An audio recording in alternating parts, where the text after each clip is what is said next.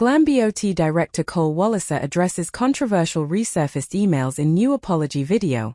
I take responsibility. Welcome back, everyone. Today we're diving into a story that's been making waves across social media and entertainment news, involving GlamBOT director Cole Walliser and the resurfacing of controversial emails from 2019 that sparked backlash online. Walliser has now issued a public apology and taken responsibility, and in this segment, we're breaking down what happened, the reactions, and what it means for him and the GlamBOT brand. For context, Cole Walliser is well known as the director behind the GlamBOT, the high-speed slow-motion camera that captures glamorous celebrity moments on red carpets like the Golden Globes and Oscars. He's built a reputation in Hollywood for bringing dynamic visual flair to award shows and events. But earlier this year, attention shifted when old email exchanges from 2019 began circulating online, showing Walliser in a back-and-forth with a potential client named Yinka Animashown. So what exactly was in these emails, and why did they cause such an uproar? In those messages from 2019, Animashown had reached out to inquire about booking the GlamBOT for her wedding, a legitimate question many fans had, given how often the camera shows up on celebrity red carpets. However, Walliser responded in a way many felt came off dismissive and even condescending, suggesting that the service might be outside her budget without first sharing any pricing details. At one point, he wrote, according to screenshots, "It's not cheap.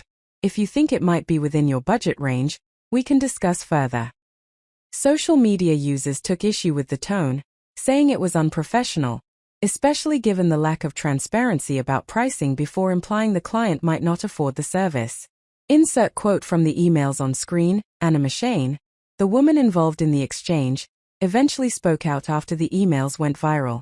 She described her experience as unprofessional and unkind, noting that she was preparing for one of the best days of her life, and was taken aback by the tone in the responses. She also commented on the broader perception of how people are treated, and how assumptions about capability or budget can land differently depending on who a client is. Many supporters online echoed her feelings, condemning what they saw as elitism and a lack of courtesy in how the exchange unfolded. To make matters more intense, this controversy didn't arise in isolation. Walliser was already under a social media spotlight due to a separate GlamBOT moment at the 2026 Golden Globes, where some fans interpreted a brief interaction between him and Jennifer Lopez as awkward or tense. While that moment was debated online, Walliser himself stepped in to defend Lopez, saying that the clip was misread by viewers and that he didn't feel disrespected in the moment. That added fuel to the overall perception of how he conducts himself publicly and professionally. Now let's talk about the apology. On January 27, 2026, Cole Walliser posted a sincere apology video on his Instagram account addressing the resurfaced emails. In that video, he acknowledged that the way he responded back in 2019 was not appropriate, and that he takes full responsibility for the tone of his words, regardless of his intent. He explained that at the time, he was working without a team and handling everything himself, from camera work to editing, which left him overwhelmed. Yet he made it clear that feeling stressed was not an excuse for how he communicated. Walliser also addressed some of the wider implications of this controversy. Some critics online suggested that his tone could be interpreted through the lens of racial bias, especially given that Animashown is a person of color. Walliser, who has spoken publicly about his own mixed heritage and identity struggles, rejected the idea that he's racist, and condemned such accusations while emphasizing respect for others. This part of his apology shows how incidents like this can resonate beyond the original exchange, touching on broader discussions about professionalism, assumption, and how words land in different communities. Responses to Walliser's apology have been mixed across social platforms. Some users appreciate his willingness to own up to his mistake and admit he was wrong. Others feel the apology came only after public pressure, and that more meaningful change in communication and customer relations is needed. Many viewers also noted that this incident highlights how public figures and creatives must navigate scrutiny not just over their art, but over their conduct.